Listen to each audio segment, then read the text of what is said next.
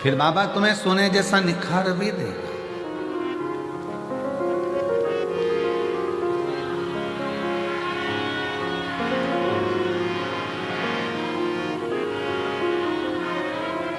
और मेरे बाबा दया करना, मैं तेरे भरोसे हूँ। मेरे भोले दया करना, परिवार के भरोसे ना घर के भरोसे हूँ, ना परिवार के भरोसे हूँ। मेरे बाबा दया करना, मैं तेरे भरोसे हूँ।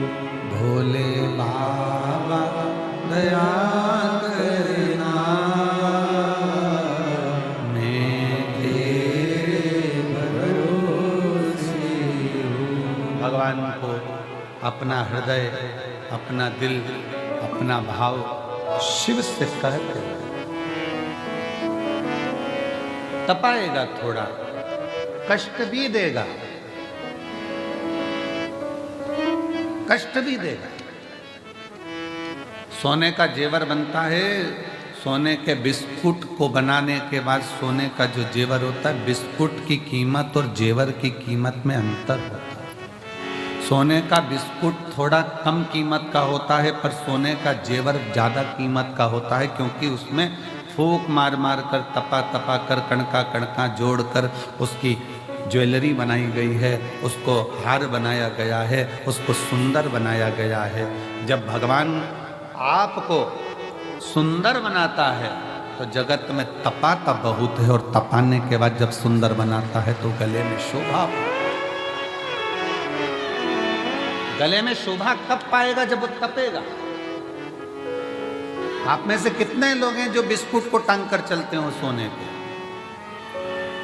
बहू के शादी में जब लड़के की शादी हो रही है, लड़के की जो माँ है अपनी बहू के लिए जेवर बनवाती, हम उससे के जेवर मत बनवाओ, बाजार से 50 ग्राम, 100 ग्राम, 10 ग्राम, 20 ग्राम का बिस्कुट लाके थाली में रख के बहू को दे दो, अच्छा लगेगा?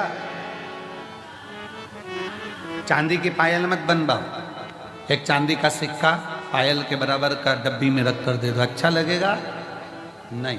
चांदी की पायल बनवाओगे, चांदी की करधोनी बनवाओगे, चांदी का बिछुड़ी बनवाओगे तो वो शोभा लगेगी। पर एक सिक्का उठाकर, इतनी बड़ी डगली उठाकर दे दी चांदी की, तो वो क्या मतलब?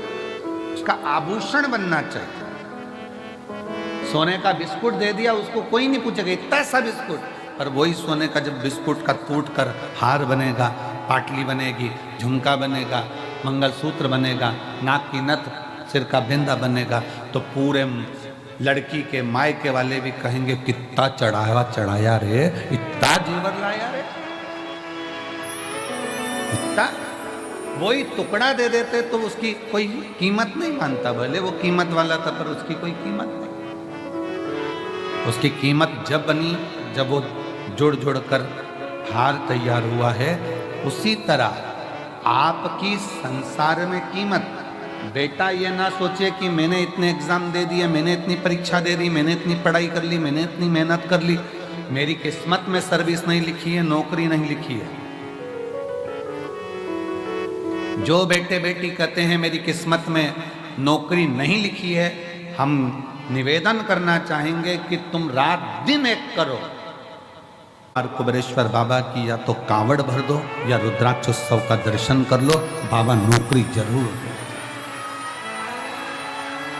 या तो बाबा की कांवड़ भरने आ जा या रुद्राक्षोत्सव में उसे निवेदन करने आ जा।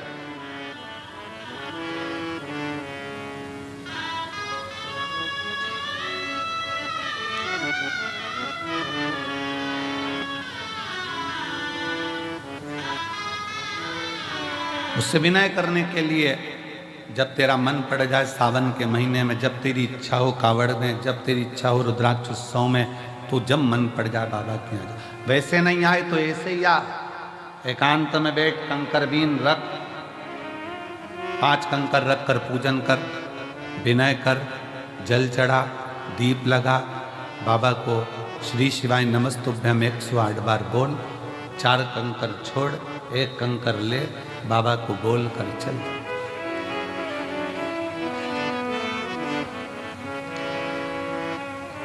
उससे विनय करने के लिए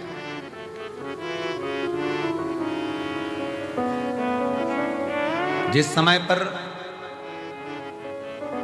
रुद्राक्ष वितरण होगा 25 मार्च से,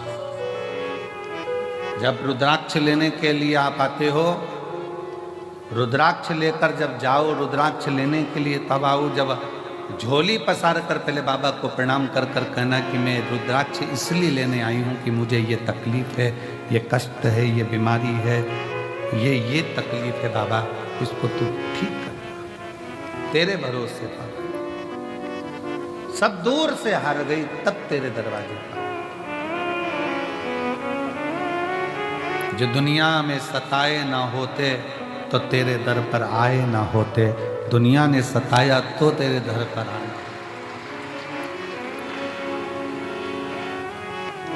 दुनिया सताती नहीं तो हम यहाँ आते कैसे? हम आए हैं तेरे भरोसे पर, तेरी शरणागति ग्रहण करने के लिए, मांग कर उससे रुद्राक्ष लेकर, फिर उस रुद्राक्ष को तांबे के कलश में गलाकर शिव जी को जल चढ़ाकर उसका आचमन।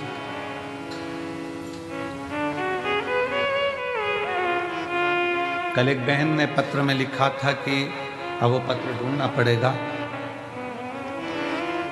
68 साल से उसको मिर्गी आ रही थी, 68 साल से मिर्गी के दौरे थे उसको बचपन से, और 68 साल से मिर्गी का दौरा जिसको आ रहा हो, समझना, जरा विचार करिएगा जरा कि क्या स्थिति है।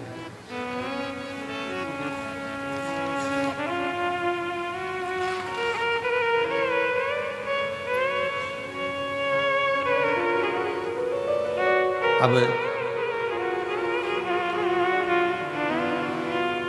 एक वो हमारे भारत गुप्ता जी के छोटे भाई पंकज गुप्ता जी, उनके ससुर के ब्रेन में ट्यूमर हो गया, और ब्रेन ट्यूमर हुआ तो डॉक्टरों ने कहा कि इसका ऑपरेशन तो हो जाएगा और करवाना जरूरी भी है, पर याददाश्त आएगी, कोमा में चले जाएगा, या तुम्हें पहचान पाएगा, नहीं पहचान पाएगा, या ठीक रह पाएगा, नहीं रह पाएगा, कोई भरोसा नहीं।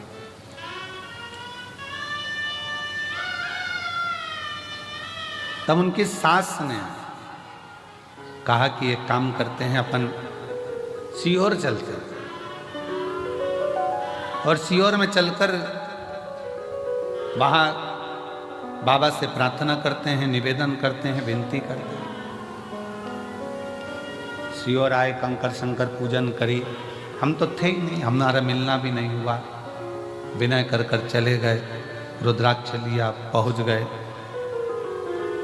पत्नी पानी देती, वो कहते ये रुद्राक्ष है, रुद्राक्ष का जल तो हल्का हल्का लाल हो रहा है, अब इसका पानी कैसे पीऊं? पति ने 1 दिन मना करा, 2 दिन मना करा, पर धीरे धीरे फिर उन पत्नी ने कहा पियो तो सही, पीना प्रारंभ हुआ।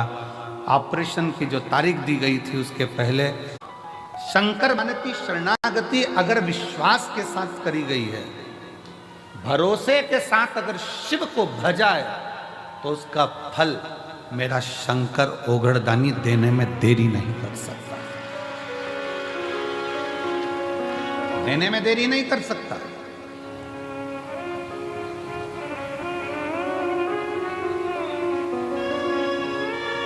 जब कथा विराम होगी, कथा विराम होकर आरती होगी, आरती होने के बाद पृथ्वी को, भूमि को आप सब प्रणाम करना, उसकी रज मस्तक चढ़ाकर कहना बाबा कंकर शंकर की भूमि पर हम आए हैं, हमसे कोई गलती हुई हो तो क्षमा करना, हे बाबा हमारी झोली खुशी से भरना, ऐसी कृपा करना कि अगले वर्ष हम भी यजमान पद ग्रहण करें और तेरी कृपा हमारा।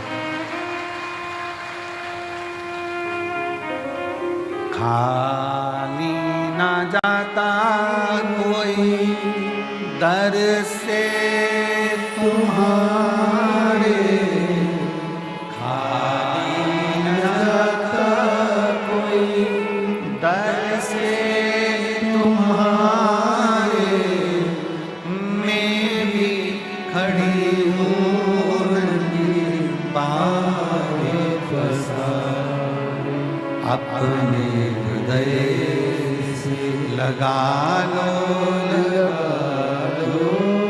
गिरा जा रहा उठा लो। एक विश्वास को रखकर शिव का अनुमोदन करें, शिव का स्मरण करें, शिव की भक्ति करें।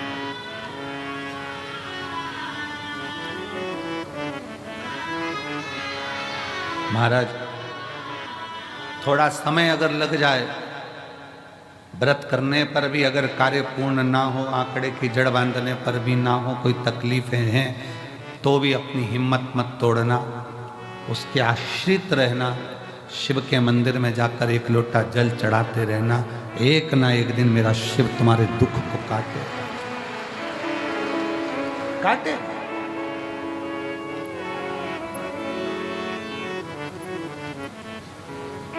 उसके आश्रित होइए।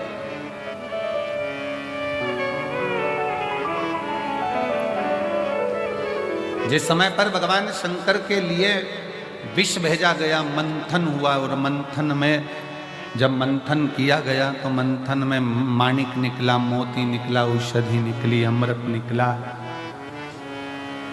बहुत सारी माता लक्ष्मी निकली, गौ माता निकली, सब कुछ निकला, सब कुछ सब कुछ। और फिर बाद में जो निकला वो निकला, प्रथमता में जो निकला था वो विष निकला था, और ये सब बाद में निकलते। विष प्रथम निकला, विष पहले नंबर पर निकला। और सावधान इंडिया, सावधान शिव भक्त, जब प्रथम नंबर पर विष निकलता है तो यह याद रखना कि सबसे पहले जिंदगी में लोग आपके लिए विष ही उगलेंगे, विष ही उगलेंगे। संत तुकाराम जी को, जब संत तुकाराम जी भगवान की भक्ति करते, साधना करते, तो लोग उनको इतना शब्द कहते, इतने ताने देते, इतनी गालियां देते।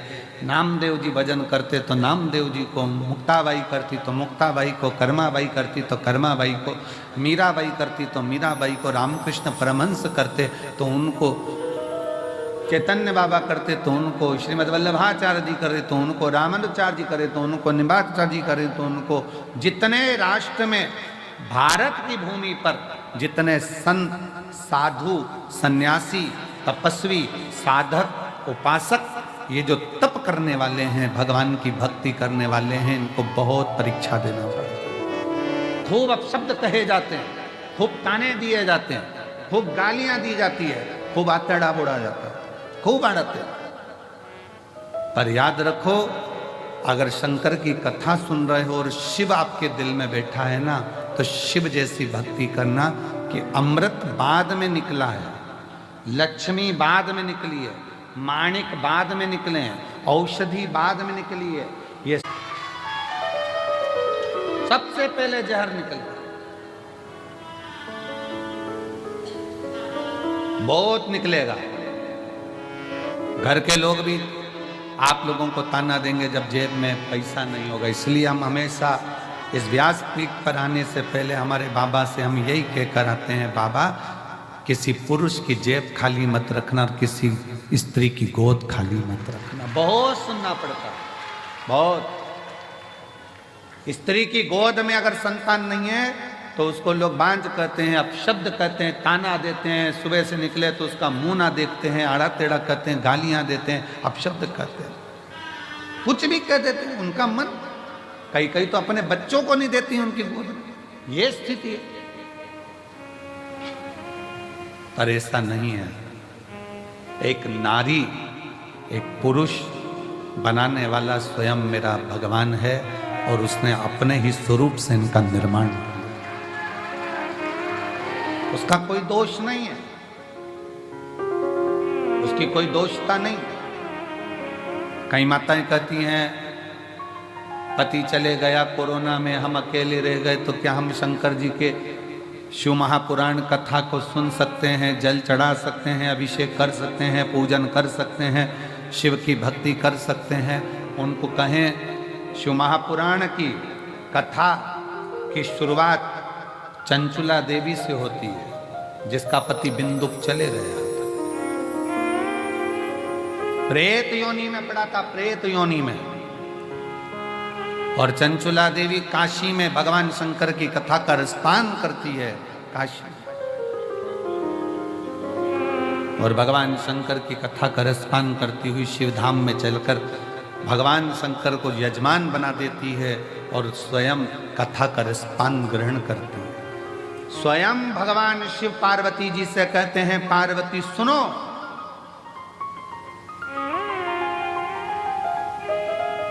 पार्वती एक बार तुम्हारे पुत्रों को भूख लगी, कार्तिक और गणेश को, अशोक सुंदरी को, जया विषहरा शामरी वारी, दौतली देव, सबको भूख लगी और तुमसे भोजन मांगा गया, तब तुम्हारे पास भोजन नहीं था। तुम अन्नपूर्णा हो, तुम अन्नपूर्णा, पर मैंने लीला रचने के लिए तुम्हारे पास भोजन की व्यवस्था नहीं होने दी। बच्चे भूख से बिलबिला रहे थे, चिल्ला रहे थे, और मैं तब साधना में डूबा हुआ था और तुम मुझसे विनय कर रही थी, भोले बाबा इनका बच्चों का पेट भर दीजिए, इनका पेट भरो। शिवजी आप उठे नहीं, शंकर भगवान कहते मैं उठा नहीं।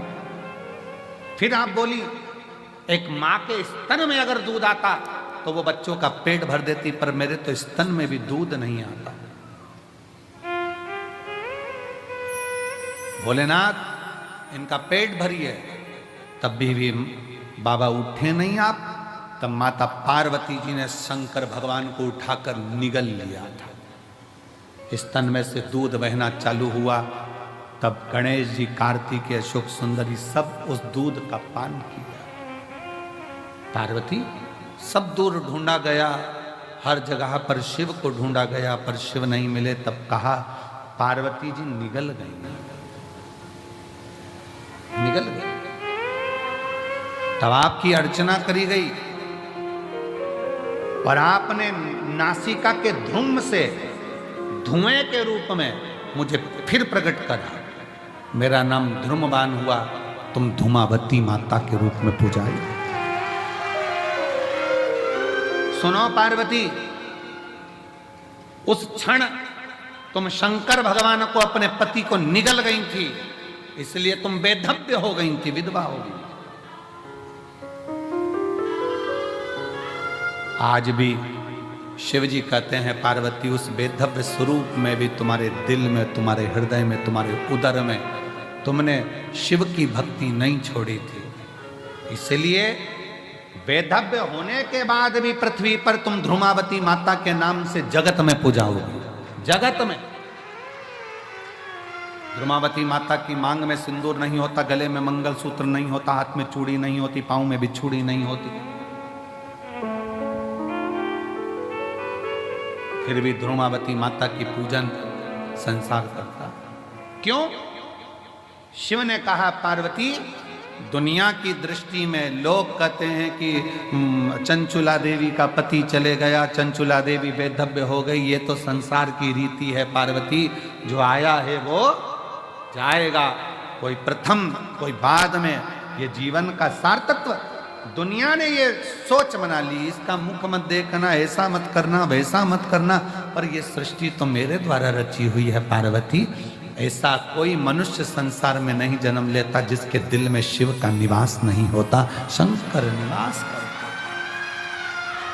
शिव निवास करता। कई माताएं कहती हैं हम क्या शिव जी को जल चढ़ा सकते हैं, हम क्या पशुपति व्रत कर सकते हैं, हम क्या शंकर जी की स्तुति। कौन मना कर रहा है? कौन मना कर रहा है?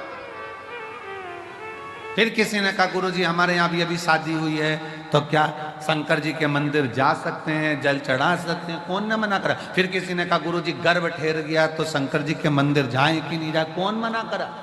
एक आध बार ऐसे बाबाओं को पकड़ के तो लाओ हमारे पास, जो कौन सी पुराण में से बोल दिया कि गर्भ रहे तो शिव जी के मंदिर मत जाओ, घर में शादी रहे तो शिव जी के मंदिर मत जाओ, भगवान शंकर की स्तुति मत करो, शिव का भजन मत करो, शंकर को जल मत चढ़ाओ। कौन कहता? महाराज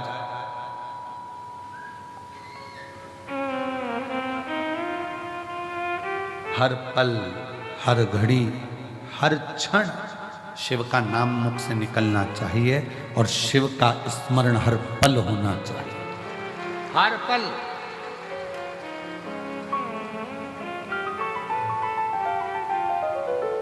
गर्भ में बच्चा है, शिव के मंदिर मत जाओ, लोग कह दिए।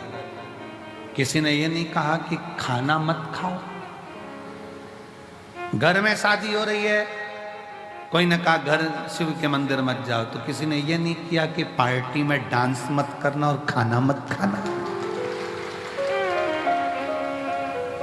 भोजन 3 बार चल रहा है, भजन छूट गया। 3 बार भोजन, भजन 1 बार, उसमें भी उलझन आती है बार बार। दुनिया भगवान से दूर कर रही है। फिर किसी ने कहा अगरबत्ती में तो बांस होता है, मत जलाओ। ये जो अक्ल दें तुमको कि अगरबत्ती में बांस होता है, अगरबत्ती मत जलाओ, ये एक दिन तुम्हारे हाथ में मोमबत्ती की जगह मोमबत्ती पकड़ो और तुम मंदिर जाना छोड़ो और हफ्ते में 1 बार हमारे पास आकर बैठो। कोई विरोध नहीं है, तुम्हारा दिल करे। अरे अगरबत्ती के पीछे पड़े हो, वो मुंह में रखने वाली बत्ती के पीछे पड़ो ना। कि सिगरेट मत पियो, बीड़ी मत पियो, गांजा मत पियो, चिलम मत लगाओ, उसका विरोध करो। उसका विरोध नहीं करते। फिर कह दिया कि बेलपत्री मत खाओ, शंकर पे चढ़ा हुआ जल मत पियो। अरे वो दिन भर बैठा बैठा मलता रहता है, फटकी लगा लगा कर खाता रहता है, वो मना करो कि बेलपत्री की मना करो। शिव भक्ति में, शंकर की उदारता में, शंकर के गुणगान में, शिव के स्मरण में आडंबर नहीं चाहिए। बिल्कुल आडंबर मत करो। दिल से। तुम्हारे पास में चावल है, 1 दाना चावल का चढ़ा दो। बेलपत्री नहीं है, कोई बात नहीं। धतूरा नहीं है, कोई बात नहीं। फूल नहीं है, कोई बात नहीं। चावल भी नहीं है, कोई बात नहीं। हमारे यहाँ तो कितने सुंदर सुंदर लोग भजन गाएं। मन मेरा मंदिर, आंखें दिया बाती, होठों की है तालियां और बोल फूल बाती, और रोम रोम जीवा तेरा नाम पुकारती, आरती आरती।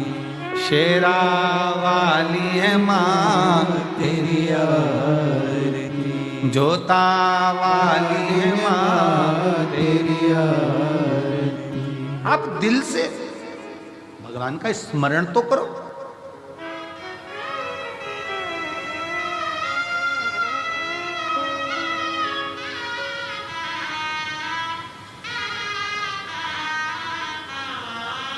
आप शिव भक्ति का स्मरण तो करो। जब शिव भक्ति का स्मरण करोगे तो शिव तुम्हारी साक्षी में होगा। शिव साक्षी में।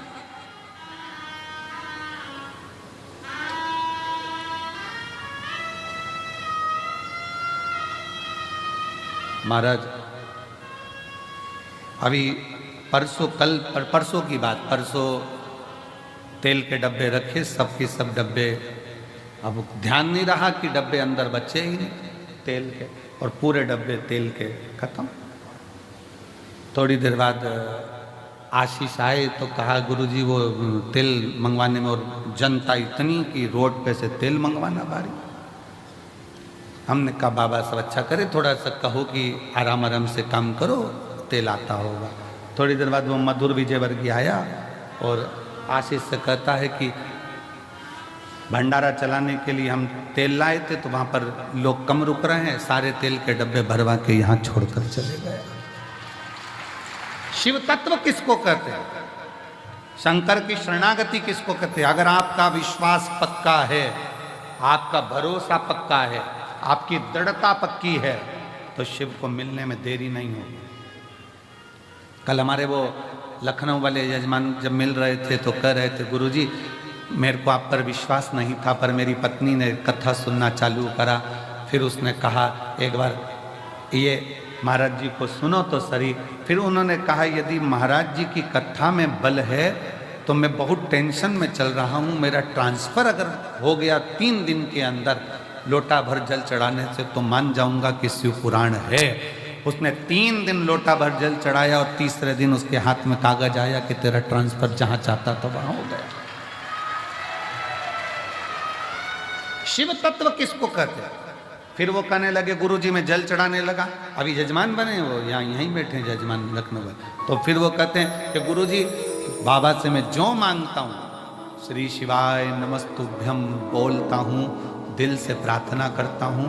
घर के दरवाजे पर चिपका दिया श्री शिवाय नमस्तुभ्यम, गाड़ी पर लिखा दिया श्री शिवाय नमस्तुभ्यम, दुकानों पर लिखवा दिया श्री शिवाय नमस्तुभ्यम। अब जो काम करता हूं न मंत्र का उच्चारण कर कर करता हूं, आपने हमारा भी कार्य सफल हो जाता है। इसलिए निवेदन है श्री शिवाय नमस्तुभ्यम तुम्हारे दरवाजे पर लिख लो, गाड़ी पर लिख लो, दिल पर लिख लो, श्रवण शक्ति में जिह्वा पर लिख लो, दृष्टि में लिख लो। जब कहीं लगे कि ये तकलीफ है 2 मिनट नीचे बैठे, पालकी लगाई और बाबा को पुकारा श्री शिवाय नमस्तुभ्यम, श्री शिवाय नमस्तुभ्यम, श्री शिवाय नमस्तुभ्यम, श्री जब जब तकलीफ हो तब उसको दिल से पुकार कर सकते।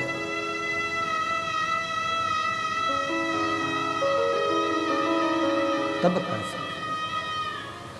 और